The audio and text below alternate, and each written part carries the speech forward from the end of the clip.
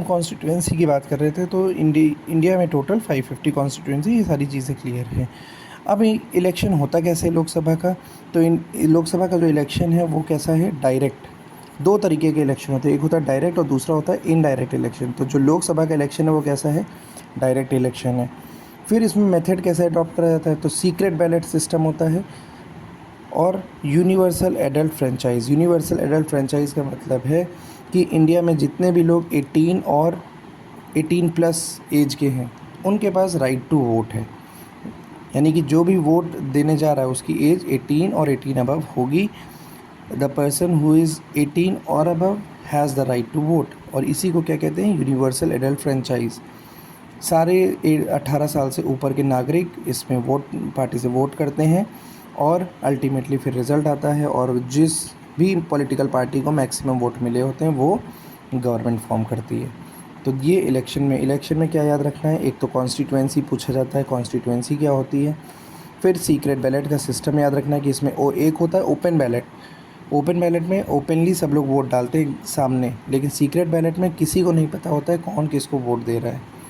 Proper उसमें election जब अभी सब लोग वोट देने जाएंगे तो पूछना, मम्मी पापा लोग बताएंगे। उसमें प्रॉपर एक सिस्टम बना होता है कि उसमें सीक्रेट बैलेट सीक्रेटली वोट करा जाता है। अब तो ईवीएम यूज़ होने लगा है। ईवीएम के साथ एक और सिस्टम होता है जिसको कहते हैं वीवीपैट। ये दोनों का फुल फॉर्म बताना है क्या होता है, ईवीएम का और वीवीपैट का फुल फॉर्म बताना है। तो ये सिस्टम अब तो यूज़ होता है। तो ये हो गया हमारा लोकसभा का इलेक्शन। अब हम देखते हैं प्रिसाइडिंग ऑफिसर। प्रिसाइडिंग ऑफिसर बहुत इंपॉर्टेंट पर्सन होता है लोकसभा के लिए। अब प्रिसाइडिंग ऑफिसर का मतलब, जैसे क्लास में क्लास को मेंटेन रखने के लिए क्लास टीचर की ज़रूरत होती है, मॉनिटर की ज़रूरत होती है। तो यहाँ पे हम एग्जांपल ले लेते हैं मॉनिटर का। तो क्लास बनी, फिर क्लास को माइंड करने के लिए क्या चाहिए? मॉनिटर चाहिए। उसी तरीके लोकसभा को भी माइंड करने के लिए जो पर्सन चाहिए होता है उसको कहते हैं स्पीकर। और जब इस स्पीकर एब्सेंट होता है, स्पीकर नहीं है, तो उसकी जगह पे जो काम करता है उसको कहते हैं डेप्यूटी स्पीकर। तो they are elected amongst the member of the Lok Sabha, यानी कि जो लोकसभा के मेंबर 550 इलेक्ट होके आए हैं उन्हीं में से दो लोगों को इलेक्ट कर लिया जाता है, उन्हीं में से दो लोगों को डिसाइड कर लिया जाता है, और वो बन जाते हैं स्पीकर और डिप्यूटी स्पीकर। अब इनका काम क्या होता है? पावर एंड फंक्शंस इंपॉर्टेंट है, याद रखेंगे। तो पहला फंक्शन क्या है? जो भी स्पीकर होगा, अभी जैसे स्पीकर कौन है? Who is the speaker? Comment, ये भी कमेंट करके बताएं, who is the speaker of the Lok Sabha right now. तो स्पीकर का काम क्या होता है? Presides over the proceedings of the house. जो भी काम लोकसभा में होता है उसको हेड करने का काम, उसकी प्रोसीडिंग को देखने का काम किसका होता है? स्पीकर का होता है। He maintains order in the house. जैसे क्लासरूम में मॉनिटर का काम क्या होता है? डिसिप्लिन को मेंटेन रखना, डेकोरम को मेंटेन रखना। उसी तरीके यहाँ पे प्रिसाइडिंग ऑफिसर का काम भी क्या होता है?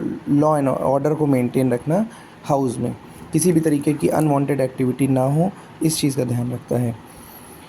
नेक्स्ट जो पावर है वो इम्पॉर्टेंट है, कास्टिंग वोट। कास्टिंग वोट क्या होता है?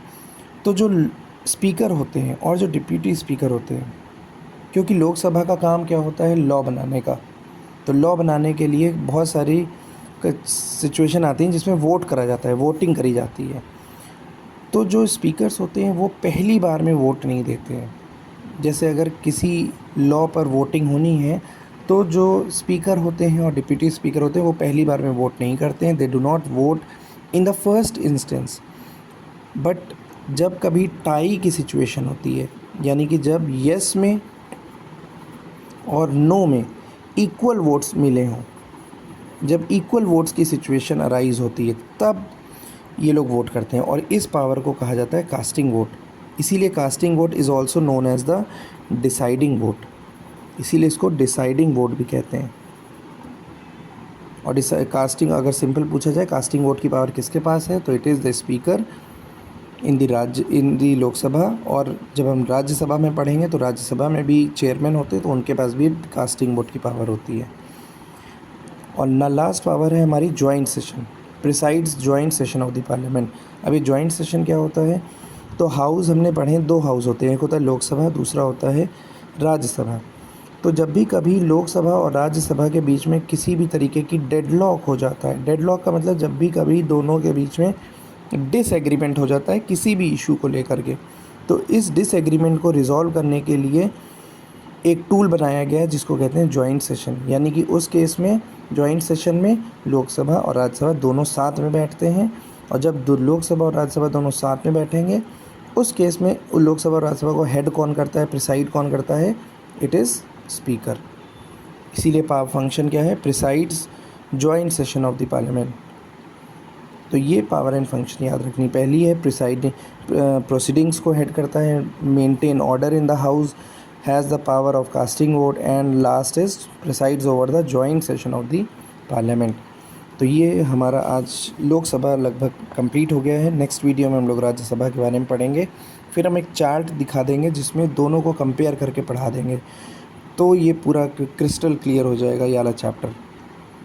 Okay, thank you so much class. और अगर ये वीडियो अच्छा लग रहा है तो प्लीज़ कमेंट करके मुझे बता दें, और अगर कहीं कुछ इम्प्रूवमेंट करना है तो वो भी please comment it down. Thank you so much.